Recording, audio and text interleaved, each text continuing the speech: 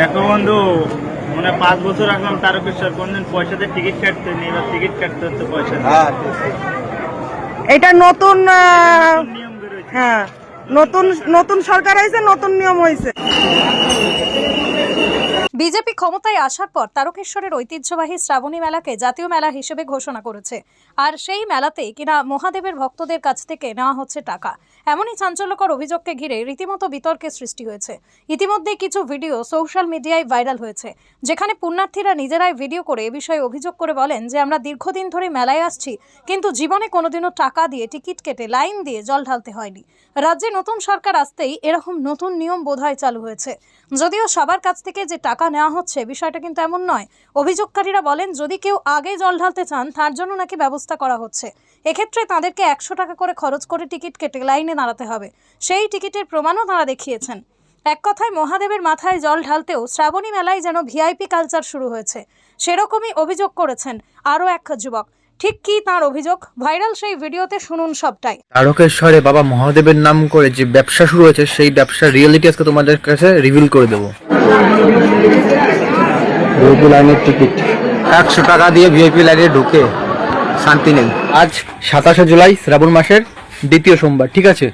তো তারকেশ্বরের কিছু রিয়েলিটি তোমাদের সঙ্গে শেয়ার করব, যেটা আমার চোখে এসছে, আমার মনে হলো প্রতিবাদ করা উচিত, সেই জন্য ভিডিওটি তোমাদের সঙ্গে এই মুহূর্তে কিন্তু শেয়ার করছি, ঠিক আছে? তো এখানে একটা ধর্মীয় স্থান, আমি মনে করি এখানে একজন গরিব মানুষ বা একজন ধনী মানুষ সবাই কিন্তু এখানে সমান, ঠিক আছে? এখানে ছোট বড় জাত ভেদাভেদ বা বড় লোক ছোট লোক বলে কোনো ভেদাভেদ করা এখানে উচিত নয়। সেই জায়গায় দাঁড়িয়ে স্পেশাল লাইনের ব্যবস্থা করা হচ্ছে। এটা আবার কীরকম ব্যবস্থা? আমার কাছে টাকা নেই, আমি কি তাহলে কি মানে সেই ভিড় ভাড়টা ঠেলে ওরকমভাবে যাবো? আর আমার কাছে অনেক টাকা আছে, আমি কি লাইন দাঁড়িয়ে সবার আগে গিয়ে পুজো দিয়ে আসতে পারবো? এটা কোন ধরনের মানে জিনিসটা আমার খুব খারাপ লাগলো। এই সব নিয়ম মানে একদম তুলে দেওয়া উচিত আমার মনে হয়। কারণ কি বলুন তো, যে আমাদের হিন্দু ধর্মের এইসব কিন্তু একদম বেশি রকম হয়। যেখানে সব বড় বড় মন্দির রয়েছে, যেরকম নৈহাটি বড় মায়ের মন্দির, তো সেখানেও এরকম ঘটনা দেখা যায়, ঠিক আছে? তো কোনো একটা মুসলিম মসজিদে কিন্তু এরকম কোনো বড় মসজিদ হোক বা ছোটো মসজিদ হোক, সেখানে কিন্তু এরকম কোনো নিয়ম নেই যে আপনাকে এত টাকা দিতে হবে বা এত টাকা স্পেশাল লাইন, বা আপনাকে নামাজ পড়ার জন্য এত টাকা দিয়ে লাইনে দাঁড়াতে হবে বা সামনে বসতে হবে বা পেছনে বসতে হবে, এরকম কিন্তু কোনো নিয়ম নেই। কিন্তু হিন্দু ধর্মের যেসব বড় বড় মন্দির রয়েছে, যেমন তারকেশ্বরে আপনারা দেখলেন 100 টাকার করে স্পেশাল লাইন হচ্ছে, তারা কিভাবে আলাদা করে গিয়ে কিন্তু জল ঢালতে পারছে, ঠিক আছে?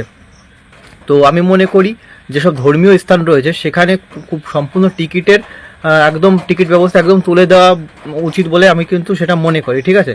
কারণ আমার কাছে টাকা নেই, আমি সব ভিড়ভাড়টা ঠেলে যাব। আমার কাছে টাকা আছে, আমি লাইনের পাশ দিয়ে স্পেশাল লাইনে যাব।